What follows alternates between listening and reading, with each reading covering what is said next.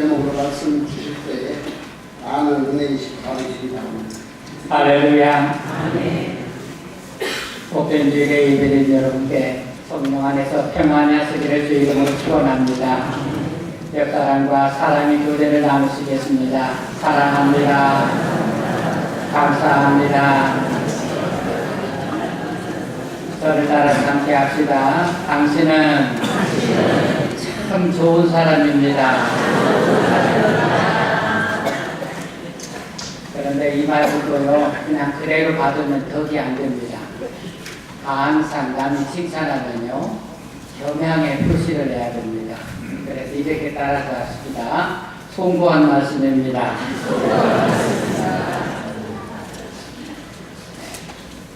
성령 안에서 그렇게 되도록 노력하겠습니다. 이렇게 붙이면 100점입니다. 사람은 성품으로 세상을 살아갑니다. 우리가 돈을 쓰듯이 마음도 쓰고 살죠. 사람들은 돈만 쓴다고 생각하는데 돈 쓰는 일조차 사실은 마음 쓰는 일입니다. 그리고 그 마음 쓰는 것을 표현할 때 사람이 성품이 좋아야 된다, 이렇게 말하게 됩니다. 우리가 다 성품을 쓰고 살아가는데 어떤 사람은 행복하고 어떤 사람은 불행합니다. 여러 가지 이유가 다르겠지만 많은 경우에 이 모든 행과 불행은 사실은 사람의 자기 성품에서 보는 경우가 많습니다. 좋은 성품의 유익은 자신이 누리고 삽니다. 내가 성품이 좋으면 자기가 늘 행복해요. 그러니 성품이 좋은 사람은 자기가 그 복을 누리고 살게 됩니다. 그런데 자기 성품이 안 좋으면 사실은 자기가 힘들어요. 자기 자신이 힘들게 돼요. 사는 게 힘들게 됩니다. 그리고 자기 성품이 좋으면 이웃에게도 행복을 주지만 내 성품이 그렇지 않으면 다른 사람에게도 힘이 들게 만드는 것입니다. 여러분, 칼과 칼집의 관계를 생각해 보시기 바랍니다. 칼과 칼집의 관계. 좋은 칼일수록 칼집이 좋아야 된다고 합니다. 무딘 칼은요, 칼집이 별로 필요가 없어요. 그런데 날카로운 칼일수록 칼집이 좋아야 됩니다. 네. 날카롭기 때문에 그거를 단단하게 보호해야 하기 때문에 좋은 칼일수록 칼집이 좋아야 한다는 것입니다. 좋은 칼을 잘 보완하지 않으면 다른 사람을 상하게 하고 다치고 주변의 것을 상처를 주기 때문에 그런 것입니다. 이런 칼을 잘 보완하는 것이 칼집이죠. 사람에게 비유하자면 칼은 재능과 같은 것입니다. 칼은 재능과 같은 것이고 칼집은 성품과 같은 것입니다. 좋은 재능을 가진 사람들이 주위에 많습니다. 사람이 재능이 많은 사람, 능력이 많은 사람, 또 실력이 좋은 사람, 여러 가지 조건이 좋은 사람들, 능력이 탁월한 사람들, 그런 사람들이 주위에 있을 수 있습니다.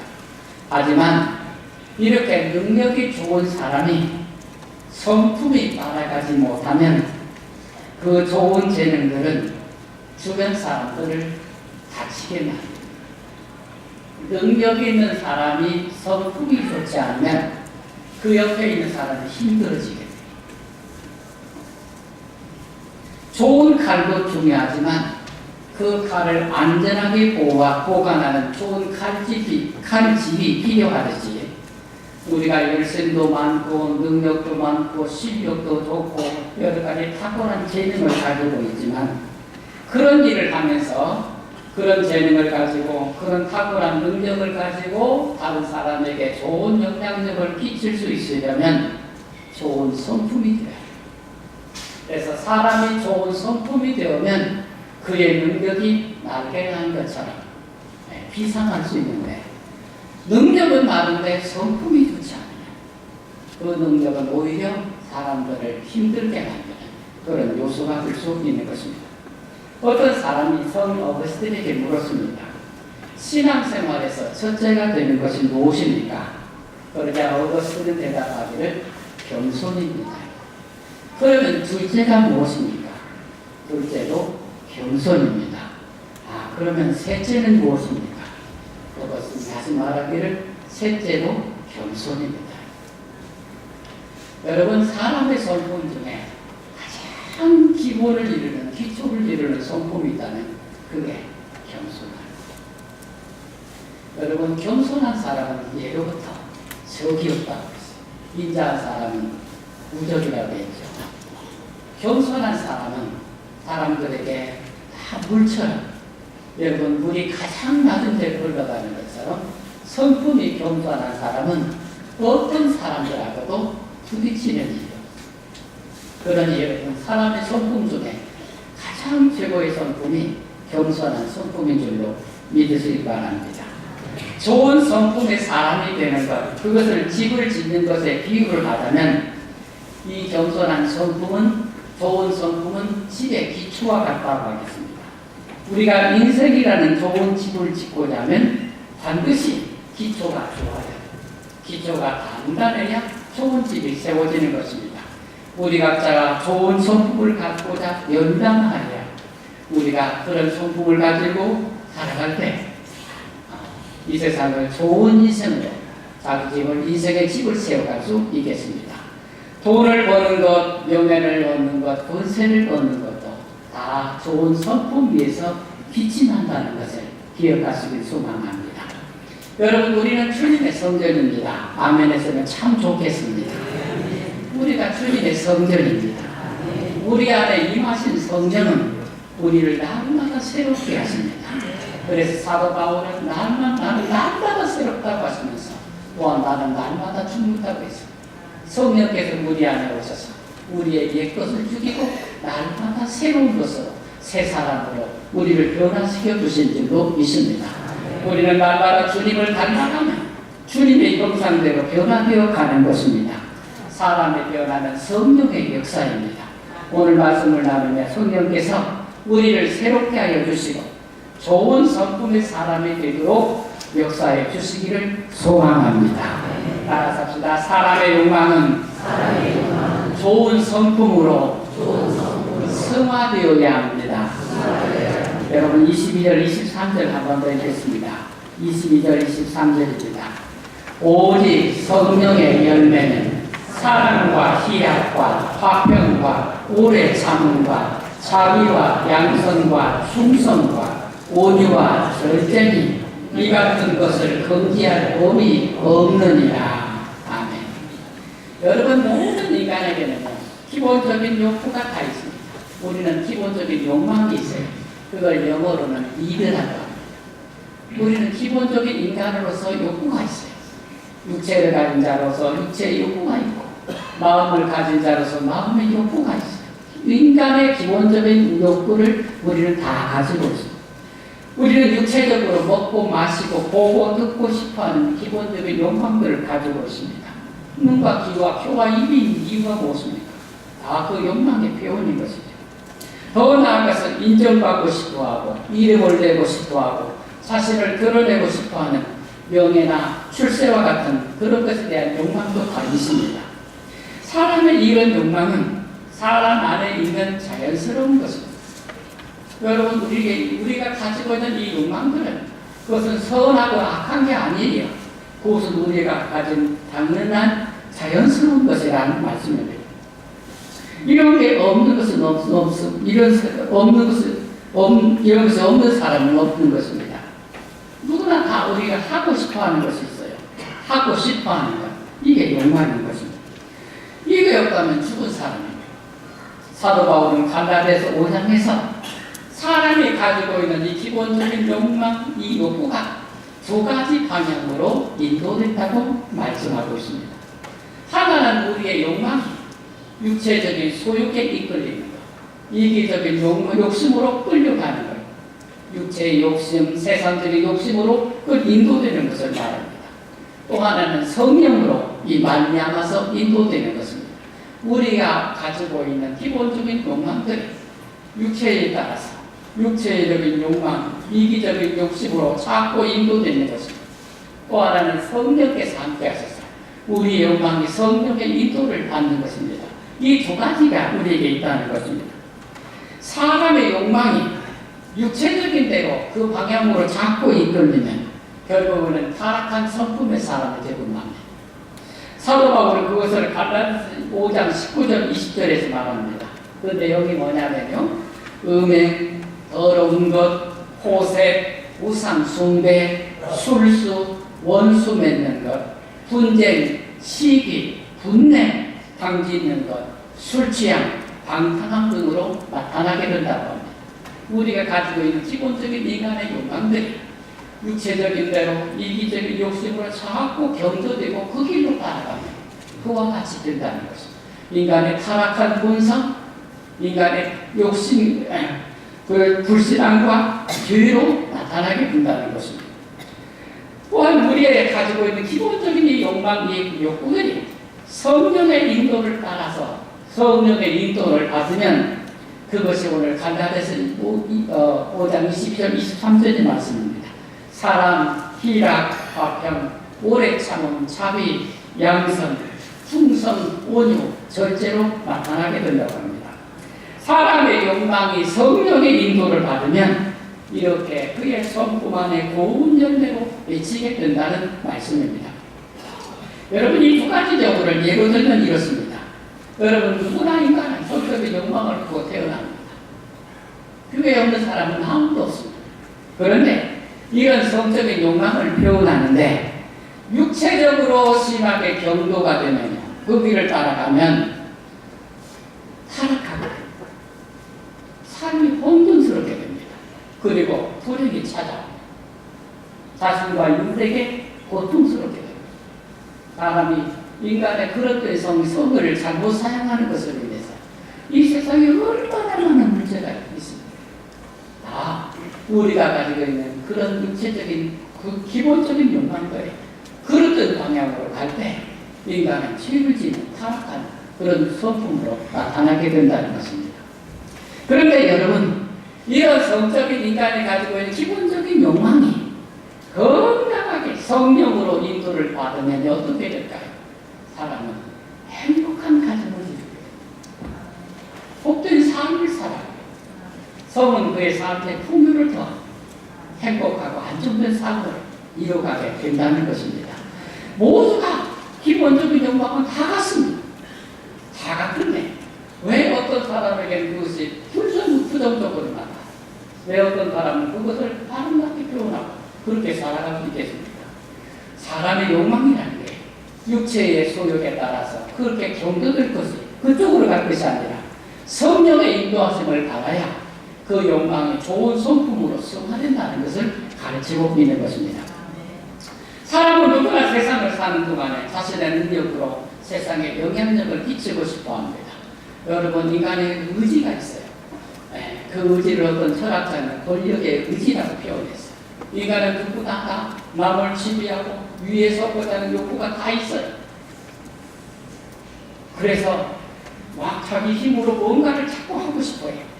위에 오르고 그리고 그 영향력을 행사하고 그렇게 하고 싶은 욕망이 다 있어요. 그런데 여러분, 어떤 분이 이런 글을 썼어요. 영국 성경의 주교의 로비를 보면 이런 글이 쓰여 있어요. 잘 들어보시기 바랍니다.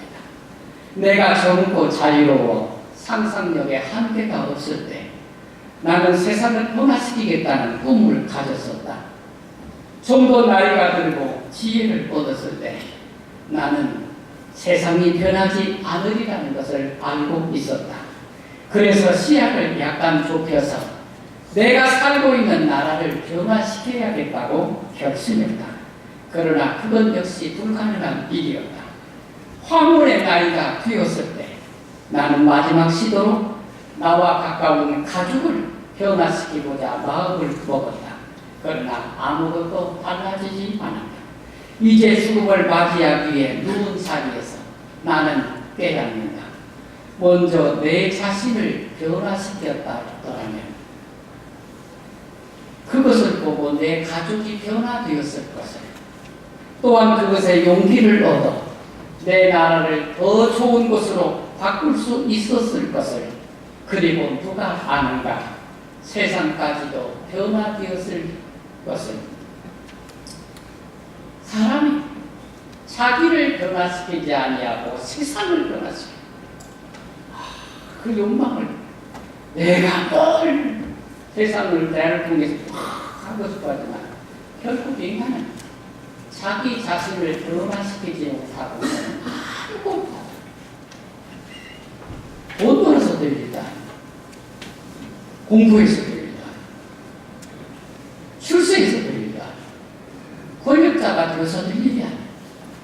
사람이 하나님의 성령을 받아서 성령을 통해서 자신이 새롭게 되지 않으면 인간은 자기 존재 밖에서 아무것도 할 수 없다. 성령께서 오셔서 사람을 변화시켜 주셔야 그 후에 성령의 능력을 힘입어서 자신의 변화되고 가정이 변화되고 사회가 변화되고 세상을 위해서 일할 수 있게 된다는 것입니다. 여러분, 사람마다 최고의 적이 누군지 아십니까? 여러분의 최고의 적이 누구입니까? 북한의 김정은입니까? 사람마다 최고의 적은 자기 자신입니다.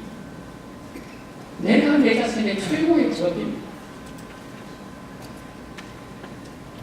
이기는 사람과 지는 사람이라는 어떤 사람이 쓴 글입니다. 그 글의 앞부분에 이렇게 썼습니다.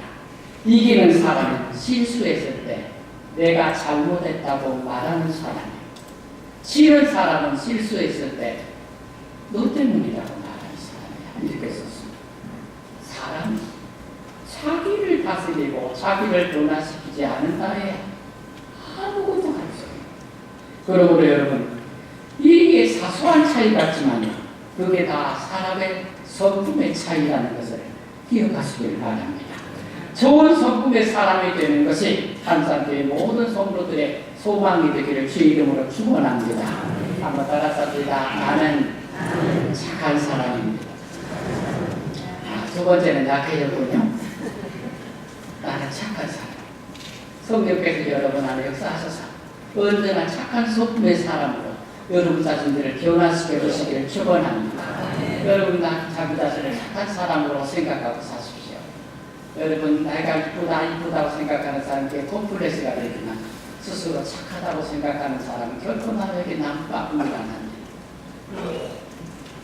스스로 나는 착한 사람이라고 생각하면 결코 남에게 나쁜 일 할 수 없어요. 아자기 모든 성도들이 그런 성품의 사람이 되도록 마음쓰고 살기를 주의 이름으로 축복합니다. 한 번 더 따라서 합시다. 좋은 성품은 하나님의 은총입니다. 여러분 성경 말씀 한 번 더 있습니다. 오직 성경의 열매는 사랑과 희락과 화평과 오래 참음과 자비와 양선과 충성과 온유와 절제니 이 같은 것을 금지할 법이 없느니라. 여러분, 이 성경의 9가지 열매가 무엇을 말하는지 여러분 어려워서 모르는 거 아닙니다. 여러분 이 말을 그대로 이해할 수 있습니다. 성령이 우리 안에 오셔서 우리가 성령의 인도를 받고 살아가면 우리의 성품에 이런 열매가 맺히게 되는 것입니다. 여러분은 사랑하고 희락이 있고 화평하고 오래 참고 자비롭고 양선하며 충성과 온유와 절제의 사람이 됩니다. 그의 성령께서 임하신 사람이 성령 안에서 막 심령이 마음이 성품이 그렇게 달라지게 되는 것입니다. 나무가 햇빛을 받고 살면 잎이 피고 자라게 됩니다. 꽃이 피어 열매가 맺히게 되는 것입니다. 사람의 성품도 하나님의 성령의 빛의 조명을 받으면 사람의 성품에 하나님의 빛을 받으면 성령의 열매가 맺히게 되는 것입니다. 여러분, 좋은 성품이 얼마나 중요한가는 두말할 것도 없습니다. 하지만 좋은 성품은 인간의 의지의 노력의 결과가 아닙니다. 내가 좋은 사람이 되고자 그렇게 해서 되는 게 아닙니다. 좋은 성품은 하나님의 성령이 임하신 결과인 줄로 믿으시기를 축원합니다. 그래서 여러분 한 번 더 따라서 합니다. 좋은 성품은 하나님의 은총의 결과입니다. 사람의 마음이 착한 것, 성령이 그 안에 오십니다. 왜 그럴까요? 세상에 선하신 분은 하나님밖에 없습니다. 하나님의 선하심의 사람이 왔을 때 선한 성품이 되는 것입니다. 이게 원리인 줄로 믿으시길 바랍니다. 그런데 여러분, 이렇게 좋은 성품은 무엇을 위해서 주어지는 것입니까? 사람이 좋은 사람이 혼자 있기 위해서 주어진 게 아니야. 나는 좋은 사람이야. 이렇게 하기 위해서 주어진 게 아니라는 거죠. 좋은 성품은요, 다 인간 관계를 위한 것입니다. 그래서 여러분, 성령이 오셔서 그 사람의 성품을 맺히게 되는 이 9가지 열매는 다 인간 관계를 위해서 하시는 말씀. 인간 관계에 이 성품이 표현되게 되는 것입니다.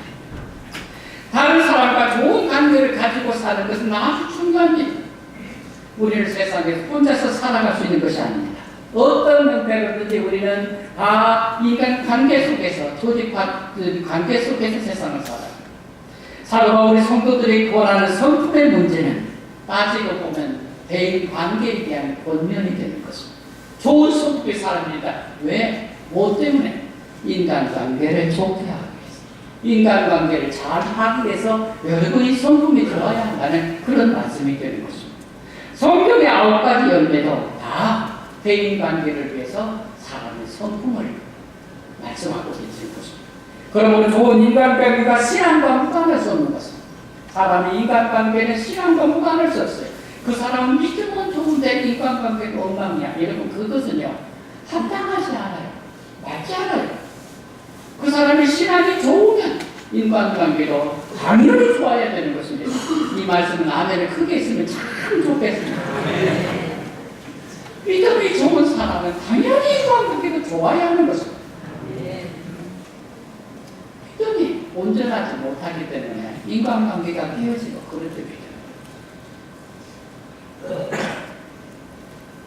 종종 신앙을 가렸다는 이유로 사람들과의 관계가 원만하지 못한 경우가 있습니다. 예수님께서 이런 말씀을 하시긴 하셨어요. 주님도 주님을 따르고 믿을 때 때로는 가족들 간에도 원수가 될 수 있다, 이렇게 가르치셨어요. 마태복음 10장 34절 36절 말씀. 주님을 믿고 따르고자 하면 때로 가족이 원수가 될 수도 있어요. 그런데 그것은요, 신앙의 자세에 관한 문제예요. 신앙의 자세를 가질 때는 그런 관계를 가질 수가 있어요. 그런데 그것이 대인관계를 그렇게 하라는 것은 아닙니다. 세상을 살아가는 성도들의 삶의 양식은 폭이 넓어야 됩니다. 여러분의 인간관계 폭이 넓어야 됩니다. 대인관계 폭이 넓어야 됩니다. 거룩하신 예수님께서 하나님의 아들이 이 죄악된 세상에 성육신으로 오셨어요. 그 거룩하신 분이 왜 이 죄악된 세상에 오십니까? 그게 예수님의 성육신입니다. 그렇듯이 우리 성도들도 나는 예수 믿는다고 거룩하게 혼자만 있는 것이 아니라 세상 속으로 들어가서 세상 속에서 그렇게 살아가게 되는 것입니다. 그래서 로마서 12장 18절 말씀은 할 수 있거든 너희로서는 모든 사람과 평화하다 하셨습니다. 성도들은 세상 속에 사는 동안에 모든 사람과 잘 살아라 그래요. 예수 믿는 사람끼리 믿는 것이 아니고 세상 속에 들어가서 모든 사람들과 함께 평화롭게 살아라. 잘 지내며 살아라. 아멘 해주면 좋겠습니다. 잘 지내며 살아라. 아멘. 예수 믿는 사람들끼리 우리끼리 살자. 그런 세상은 없습니다. 여러분이 천국에 가면 돼요. 그런데 이 세상 속에서는 믿는 사람, 안 믿는 사람 구별하지 말고 다 잘 살아야 되는 것입니다. 이게 믿음이 있어야 해요. 베드로전서 2장 18절 말씀 보시면 까다로운 사람들에게도 순복하라고 했어요. 누가 까다로운 사람입니까? 예수 믿는 사람만 가면 비방하고 잘못 말하고 싫어하고 그런 사람이 있어요. 너무 까다로운 사람들이에요. 그런 사람들하고도 순복하면서 잘 지내야 됩니다. 그게 성품이 좋은 사람이에요. 성령이 그 안에 오셔서 좋은 성품을 가지면요, 여러분 세상에 까다로운 사람이 하나도 없게 돼요. 거치는 사람이 없게 되는 줄로 믿습니다. 우리의 신앙은 그런 좋은 성품의 사람이 되어야 되는 것입니다. 좋은 성품이란 혼자 가지고 고고하게 있는 것이 아닙니다. 다른 사람을 대할 때 나타나는 것입니다. 그래서 좋은 성품은 다른 사람을 대하는 태도에서 나타나는 것입니다. 잘 믿는 성도들이 믿지 않는 사람과의 관계에서 어려움을 느끼는 경우가 있습니다. 잘 믿는 성도들이 믿지 않는 사람들만 만나면 어려워. 그런 사람들의 대표적인 사람이 누구일까요? 그게 이 목사입니다. 저는요, 성도들하고 같이 살아요. 여러분하고만 살아요. 그러니까 여러분하고 관계 속에서는 저는 거치는 것이 거리는 게 아무것도 없어요. 여러분은 다 목사를 위해 줍니다. 여러분 더 잘 위해 줍니다. 심한 정도까지 해줍니다. 장년도 나이 든 장년도 뭐 청소해주고 그러니까 얼마나 변해. 그런데 제가 목사가 세상동에 나가면 안 믿는 사람들을 만나면 얼마나 인간관계를 잘 못하는지 문화가 다르고 생각하는 것도 다르고 여러분하고 있을 때 너무 좋은데 다른 데 가면 너무 불편해. 그게 목사입니다. 그런데 그건 온전한 게 아닙니다. 잘못하는 거예요. 제가 한쪽으로 경도되기 때문에 성도들이 세상에 사는 동안에 믿는 자 안 믿는 자 가려가지고 믿는 사람들끼리 이렇게 하는 것은 옳지 않은 것입니다. 믿지 않는 사람들과의 관계에 대해서도 성도들은 열린 자세로 살아야 됩니다. 성품이 그래야 돼요. 열려야 되는 것입니다. 고린도서 5장 10절 보면 이 말은 이 세상에 음행하는 자들이나 탐하는 자들을 도무지 사귀지 말라 하는 것이 아니니 만일 그리하려면 세상 밖으로 나가야 할 것입니다. 예수 믿는 사람들이 신앙이 좋다고 해서 불신앙하는 사람들 그것을 구별하고 따로 대하고 차별하고 그렇게 대하면 우리가 세상 밖으로 나가야 된다는 것입니다. 우리가 그렇게 살 수 없다는 것입니다. 그렇다면 이 세상 사는 날 동안에 우리 성도들이 열린 마음으로 살아가야 됩니다. 그들을 대할 때는 골로새서 4장 6절 말씀 항상 은혜 가운데서 소금으로 무르게 한같이 살아요. 여러분 소금을 이쪽에다 뿌리면 한 음식이에요. 소금을 이쪽에다 뿌리는데 여기서 똑같이 많이 났습니다. 그게 녹아서 그런 것입니다. 믿는 성도들은 믿는 자나 안 믿는 자 속에서 똑같이 살아요. 고르게 살아요. 아멘 했으면 좋겠습니다. 믿는 성도는 세상에서 고르게 살아요. 믿는 자나 나를 잘 대해주는 사람에 나하고 친한 사람이다. 나를 잘못되게 말하고 왜곡하고 불신하고 그런 사람이나 고르게 살아요. 할렐루야. 디모데서 2장 4절 말씀 주님께서는 모든 사람이 구원에 이르기를 원한다고 하셨어요. 이것이 성도들의 세상 속에서 좋은 성품을 살아가야 되는 이유라는 것입니다. 믿는 사람들끼리 모이면 얼마나 행복한지 좋은지 몰라요. 편해요. 그런데 안 믿는 사람 모이면 불편해. 그것은 옳지 않습니다. 우리는 세상에 하나님께서 모든 사람이 구원받기를 원한다는 신점을 가지고 믿는 자들보다는 오히려 안 믿는 자의 관계 속에서 살아가야 될 줄로 믿으시기를 축복합니다. 여러분, 세상 사람들이 싫어하는 것이 있습니다. 그것이요, 끼리끼리 노는 것입니다. 세상 사람들은 서로 끼리끼리 노는 걸 싫어해요. 끼리끼리 노는 사람이 있으면 불쾌하게 됩니다. 왜 그렇습니까? 자기를 끼리끼리 속에 안 끼워줘서 차별한다고 생각하기 때문입니다. 성도들이 끼리끼리 놓아서나 여러분이 모임에서 믿는 사람이 있고 안 믿는 사람이 있으면 믿는 사람들끼리 끼리끼리 해서는 결코 안 됩니다.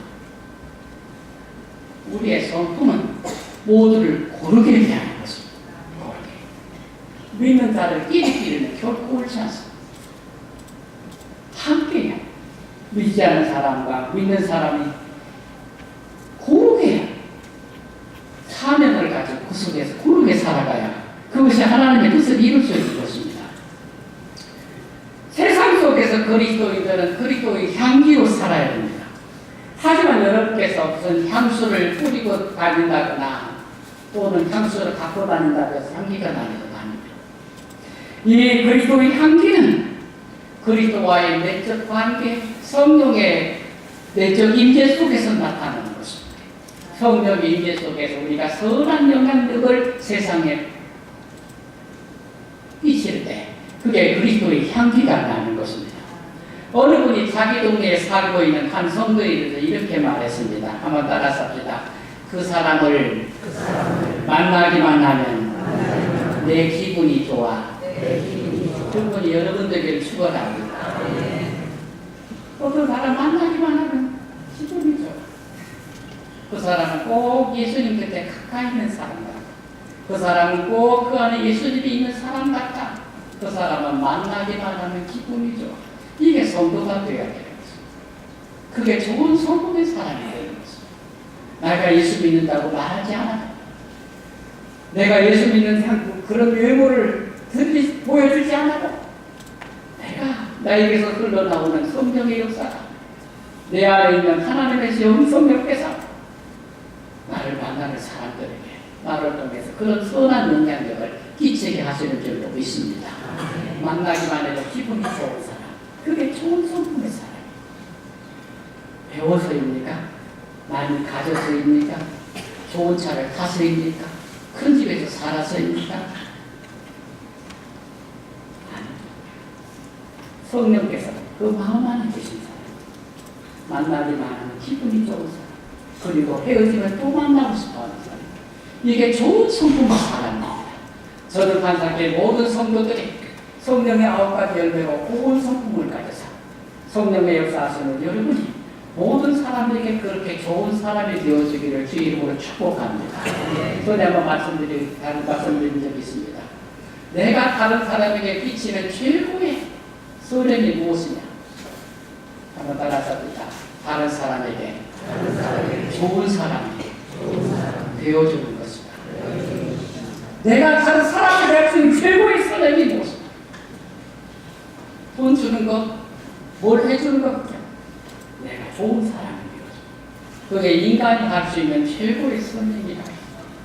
여러분이 성령을 받아서 성령으로 여러분이 좋은 성품의 사람이 되면 여러분 모든 사람에게 좋은 사람이 되어줄 수 있는 것입니다. 이 은혜가 한 사람의 모든 성도들과 함께하기를 주의 이름으로 축복합니다. 기도드리겠습니다. 자비로우신 주님, 우리를